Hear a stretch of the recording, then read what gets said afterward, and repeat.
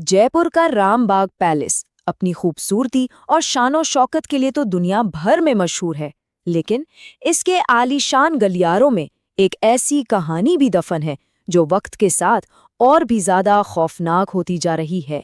ऐसा कहते हैं कि जयपुर के इसी रामबाग पैलेस में जब रात गहराती है तो कुछ कमरे अपनी कहानी खुद कहने लगते हैं। दरवाजे तो बाहर से बंद किए जाते हैं, पर अंदर से कोई उन्हें खोल देता है। कौन? यही तो राज है। तो चलिए आज बात करते हैं रामबाग पैलेस के उसी राज की, वो राज जो इसकी शानदार दीवारों में कहीं कैद है और सिर्फ अंधेरे में ही खुद को जाहिर करता है। ये बात है साल 2007 की। एक नौजवान जिसका नाम था विवेक पैलेस में आता है और उसे ठहरने के लिए एक ऐसा कमरा मिलता है जो पता नहीं कितने सालों से बंद पड़ा था। और बस यहीं से कहानी में वो मोड़ आता है जहां से वापसी का कोई रास्ता नहीं था। अब देखिए, विवेक कोई आम मेहमान नहीं था। उसे पुरानी और कह सकते हैं कि भुतोहा कही जाने वाली जगहों पर जाने का एक अलग ही जुनून था। वो रामबाग पैलेस भी सिर्फ एक रात के लिए ही रुका था, इस बात से बिल्कुल अनजान कि उसका कमरा उसके लिए कैसा जाल बिछाकर बैठा है। और यहाँ सबसे डरावनी बात पता है क्या है? जिस कमरे को विवेक के लिए खोला गया वो सालों से वीरान था, उस पर ताला लगा हुआ था। जरा सोचिए, उस वीरान बंद कमरे के अंदर कौन इंतजार कर रहा होगा? और फिर रात का वो पल आता है जो इस पूरी कहानी का दिल है। वो वक्त जब कहते हैं कि इस दुनिया और दूसरी दुनिया के बीच का पर्दा सबसे कमजोर पड़ जाता है। ठीक रात के 2:17 पर विवेक की नींद अचानक खुल जाती है। किसी आवाज से नहीं, बल्कि एक बेहद अजीब, एक गहरी खामोशी से। कमरे में एकदम सन्नाटा था, इतना गहरा कि अपनी ही सांसों की आवाज कानों में गूंज रही थी। और तभी विवेक की नजर दीवार पर लगी घड़ी पर पड़ी।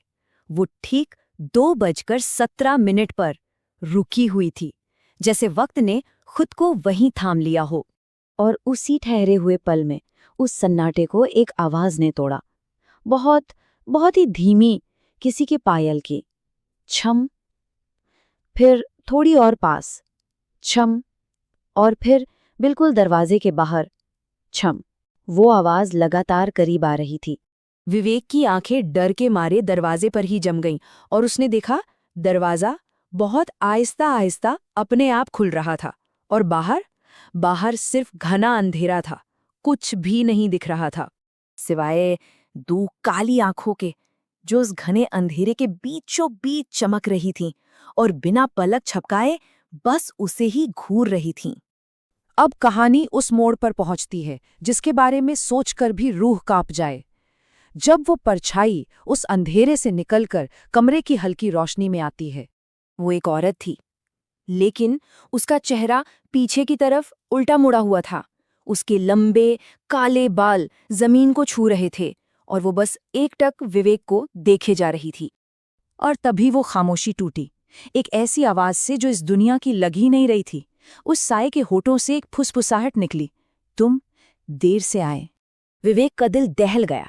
वो घबराकर पीछे हटने लगा, लेकिन तभी उसे एहसास हुआ कि वो अकेला नहीं है। उसे अपने ठीक पीछे किसी की मौजूदगी महसूस हुई। वो फंस चुका था। वो बीच में था और शिकारी दोनों तरफ, एक सामने एक पीछे। और फिर कमरे में दो अलग अलग आवाजें नहीं बल्कि एक ही गूंज सुनाई दी जो दोनों के मुंह से एक साथ निकली थी, अब तुम यहीं रहोगे। और अगले ही पल कमरे में घना अंधेरा छा गया। उस अंधेरे को चीरती हुई एक दिल दहला देने वाली चीख गूंजी और फिर सब खामोश, मौत जैसी खामोशी। अगली सुबह जब पैलेस का स्टाफ कमरे का दरवाजा खोलने पहुंचा तो एक ठंडा अजीब सा सच उनका इंतजार कर रहा था। स्टाफ ने दरवाजा खोला तो देखा कमरा बिल्कुल खाली था। बिस्तर तक पर शिकन नहीं थी, जैसे वहां रात में कोई था ही नहीं। विवेक गायब हो चुका था, लेकिन वो अपने पीछे एक निशान छोड़ गया था। कमरे में लगे आईने पर उंगली से कुछ लिखा हुआ था, एक लाल रंग से जो देखने में बिल्कुल खून जैसा लग रहा था। और उस पे सिर्फ 4 शब्द लिखे थे, 2:17 फिर आना। कहते हैं वो कमरा आज भी उसी एक रात में कैद है। वहां लगी घड़ी आज भी हर रात ठीक 2:17 पर रुक जाती है। मानो वो किसी के आने का इंतजार कर रही हो। लेकिन कहानी यहाँ खत्म नहीं होती। इस कहानी का सबसे खौफनाक पहलू तो अब सामने आता है, मॉडर्न टेक्नोलॉजी की वजह से। उस कमरे के ठीक बाहर लगे सीसीटीवी कैमरे की फुटेज में कभी-कभी विवेक दिखाई देता है। लेकिन वो हिलता नहीं, बस चुपचाप खड़ा रहता है। और सबसे अजीब बात, वो कैमरे की तरफ नहीं देख रहा होता। उसकी आंखें, ऐसा लगता है जैसे वो सीधा स्क्रीन से बाहर झांक रही हैं, मानो वो स्क्रीन के इस पार किसी को देख रहा हो।